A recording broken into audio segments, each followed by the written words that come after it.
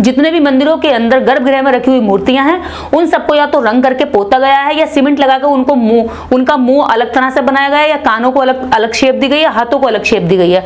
अगर उन एक्चुअल तरीके से उन मूर्तियों को देखा जाए तो सारी वो बुद्ध की निकलेंगी। क्यों ये हमेशा मंदिरों के नाम पर प्राचीन मंदिर रखते हैं? क्योंकि इन्हें पता है कि जितने भी मंदिरों में इन्होंने धोखाधड़ी की है आम जनता के साथ या बुद्ध धर्म के साथ, वो इन्होंने जबरदस्ती कब्जा किया है। एक भी मंदिर का निर्माण अगर इन्होंने किया है तो वो आज चल रहा होगा, आज के समय पे। लेकिन प्राचीन समय के जितने मंदिर हैं वो सारे पुरानी कलाकृति के हैं, और जितनी भी कलाकृति है वो सारी बुद्ध के समय की, सम्राट अशोक के समय की कलाकृतियों में बने हुए मंदिर है। तो आप चाहती है जांच हो सब? बिल्कुल जांच होनी चाहिए, पूरे देश की मांग है। और ये तो विश्व स्तर का बुद्धिस्ट हमारे पीएम साहब को भी और हमारे देश के जितने भी पूंजीपति लोग हैं जो बाहर जाकर कहते भी हैं कि हम बुद्ध की धरती से आए हैं। अभी नीता अंबानी जी भी बाहर जाकर के, विदेशों में जाके एक स्पीच में कह रही हैं कि मैं इंडिया से आई हूँ और बुद्ध की धरती से आई हूँ, बुद्धम शरणम गच्छामि। तो इस तरह से वो लोग जाकर के अपना नाम भी सम्मान पाते हैं बुद्ध के नाम से। तो बुद्ध की अवशेषों को निकालने में, खुदाई करवाने में आर्कियोलॉजी डिपार्टमेंट को क्या दिक्कत है? क्या सरकार को क्या दिक्कत होनी चाहिए? सच आना चाहिए ना। दूध का दूध, पानी का पानी हो जाएगा। खुदाई करवाइए, सामने लाइए। पहले कुछ लोग कह रहे थे कि जो अयोध्या में राम मंदिर बन रहा है, यहाँ भी साकेत था पहले, और यहाँ बिल्कुल ये साकेत का राज्य, ये राज्य हुआ करता था जिसको पुष्यमित्र शुंग ने पूरी तरीके से रक्तपात करके पूरा छीना झपटा है। जो सरयू नदी उसके बगल में सरयू नदी बहती है, सरयू नदी में बौद्ध भिक्षुओं के सरों को कलम करके बहका गया, जिसमें मतलब इतने सर फेंक दिए गए थे। जिस तरह से आपने कोरोना में देखा होगा कि गंगा में लाशें तैर रही थी, इसी तरह से सरयू नदी में जब इनका नरसंहार किया गया, बौद्ध भिक्षुओं के कत्लेआम हुए, तो सर इतने ज्यादा बह रहे थे कि उस नदी को सरयू कहा गया, सर कहा गया। और समय के 10, 20, 50 साल या 100-200 सदी के बाद, 100-200 सालों के बाद तो व्यक्ति के शेप में चेंज आ जाता, तो भाषाओं में भी चेंज आ जाता है। देश के अंदर आज जितने भी आप देखेंगे मंदिरों में मार के भगा देते हैं, बाल पकड़ के भगा देते हैं, दलित को, आदिवासी को, ओबीसी को क्यों भगाया जाता है मंदिर से? ये छुआछूत का मामला नहीं है, मामला बुद्ध को छुपाने का है। क्योंकि पता है कि असली बात इन लोगों को अगर पता चल गई तो ये शोर मचा देंगे। वरना अगर छुआछूत का मामला होता तो देश की राष्ट्रपति द्रौपदी मुर्मू या उससे पहले रामनाथ कोविंद जी, वो दोनों तो गंदे भी नहीं रहते, मलेच्छ भी नहीं रहते, या कमजोर भी नहीं है, गरीब भी नहीं है। लेकिन क्यों उनको निकाला? क्योंकि अगर वो देख लेंगे अंदर कोई देवी देवता नहीं बैठे, अंदर कोई पशुपतिनाथ नहीं है, अंदर कोई क्या कहते हैं इनके विष्णु भगवान नहीं है, वो तो बुद्धा है, तो वो दुनिया को बता देंगे। हो सकता है कभी ना कभी वो इस बात को, राज को खोल दें। वो रहस्य दबा रहे, वो रहस्य ना खुले, इसलिए गर्भगृह में अछूतों का, शूद्रों का इन्होंने पहले से प्रवेश वर्जित रखा है। लेकिन बुद्ध को विष्णु का अवतार भी बताया जाता है। अगर बुद्ध विष्णु के अवतार हैं तो बुद्ध के विचारों से इतनी नफरत क्यों? बुद्ध के विचारों को अपनाना, लड़ाई खत्म हो जाएगी। फिर तो ये देश फिर से विश्व गुरु बन जाएगा। अगर वास्तव में बुद्ध को ये विष्णु का अवतार मानते हैं तो बाबा साहब डॉक्टर अम्बेडकर को क्यों कहना पड़ा अपनी 22 प्रतिज्ञाओं में कि मैं विष्णु का 11वां अवतार है तथागत गौतम बुद्ध? इस प्रचार प्रसार को एकदम पागलपन मानता हूं। यदि वास्तव में तथागत बुद्ध विष्णु के 11वें अवतार हैं तो इन्हें आज तक इतनी दिक्कतें नहीं होती, ये बुद्ध को अपना लेते। परेशानी क्या है? जिसको ये भ्रमित नहीं कर पाते, जिसको ये नष्ट नहीं कर पाते, उसको वो दूसरे तरीके से अपनाने की कोशिश करते और लोगों में उस सच्चाई को दबाने का प्रयास किया जाता। क्योंकि इनका काम ही भ्रम पैदा करना है। बुद्ध में भी भ्रम पैदा कर दिया। कुछ बहुजन कहते हैं कि जो 84,000 स्तूप थे वो भी नष्ट किए गए थे।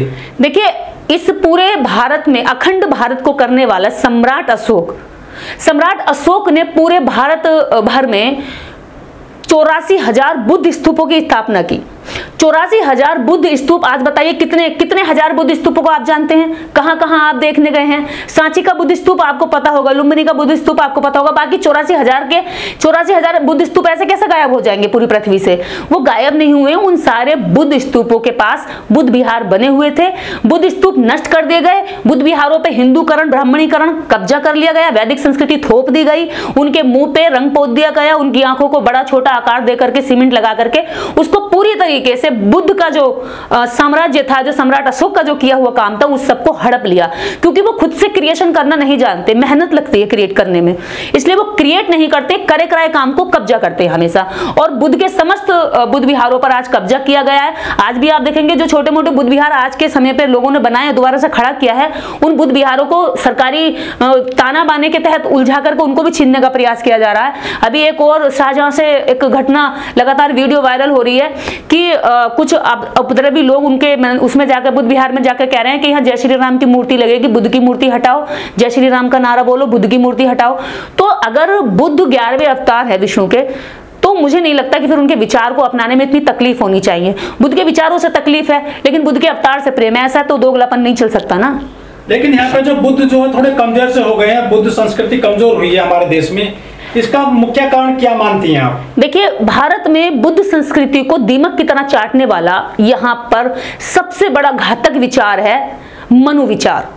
मनोविचार ने बुद्ध संस्कृति को नष्ट करने का हर संभव प्रयास किया है, यहां तक कि उसने लोगों के साथ हिंसा करने से भी बाज नहीं आया। आज भी आप देखेंगे कि वो लोग किसी से नहीं डरते। यहां मुस्लिम का नाम केवल आड़ में लिया जाता है कि मुस्लिम खतरा है। उनको असल खतरा जो है बुद्ध से है, उनको असल खतरा बुद्ध की विचारधारा से है, क्योंकि पता है बुद्ध की विचारधारा भेदभाव नहीं करती। बुद्ध की विचारधारा इनके 4 वर्णीय व्यवस्था को नहीं मानती। बुद्ध की विचारधारा सबको समानता में मानती है। बुद्ध की विचारधारा औरतों को पैर की जूती मान करके नंगा घुमाने की इजाजत नहीं देती, उन्हें समानता से साथ में चलने की इजाजत देती है। तो इसलिए बुद्ध से डरते हैं, बुद्ध के विचारों से डरते हैं। बुद्ध कमजोर कभी नहीं होगा। बुद्ध भारत में कुछ समय के लिए ऊपर नीचे हो सकता है, लेकिन पूरे विश्व भर में बुद्ध फैल चुके हैं। विश्व भर में बुद्ध को मानने वाले लोग हैं। भारत में खत्म कर सकते हो, लेकिन पूरे विश्व में कैसे खत्म करोगे? क्या करोगे उसके लिए? क्या कितना प्रयास करोगे? लेकिन अफगानिस्तान में तो बामियान में तोड़ी गई थी बुद्ध की प्रतिमाएं, बड़ी बड़ी बम लगा करके। वो तो वहां तो मुस्लिम कंट्रीज है, वहां के लिए तो कुछ नहीं बोलते हैं आप। देखिए, जितने भी वहां पर बुद्ध विहार टूटे गए थे,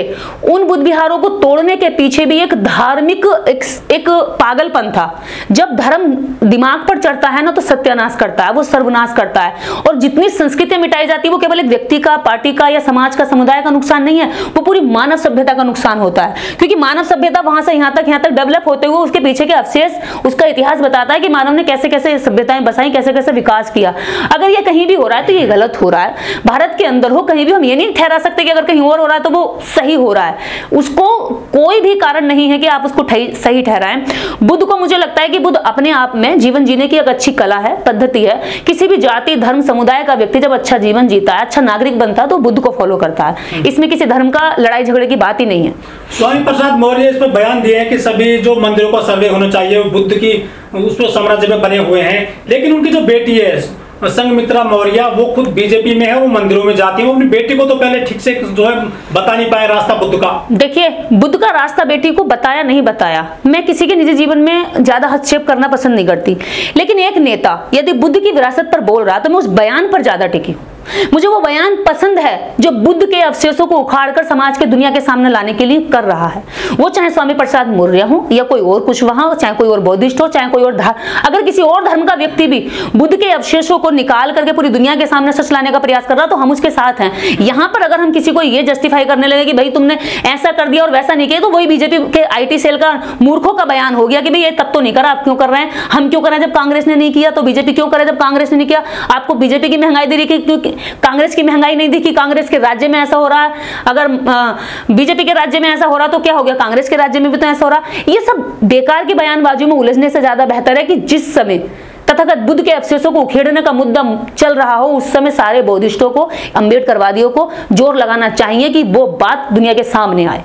लेकिन लोग कह रहे हैं कि ये पॉलिटिकल बयान है उनका, इससे कुछ संबंधित नहीं है इनका बुद्ध से, इनका मौर्य साहब का। हो सकता है पॉलिटिकल बयान हो, लेकिन फायदा इसमें बुद्ध की विचारधारा का है। लेकिन बहन जी ने इस बयान का विरोध किया, कह रहे हैं कि ये तो राजनीतिक बयान दे दिया उन्होंने। राजनीतिक नेता एक दूसरे के प्रति कटाक्ष करते हैं, मैं इसमें नहीं पढ़ूंगी।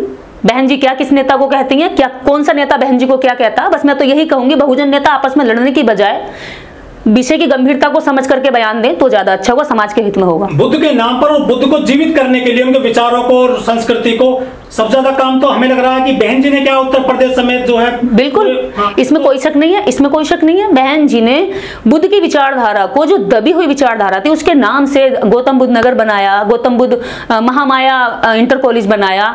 इधर अमरोहा में जो अमरोहा कॉलेज था, वो वहां भी उन्होंने बहुत सारे जिले बनाए, जिलों के नाम रखे।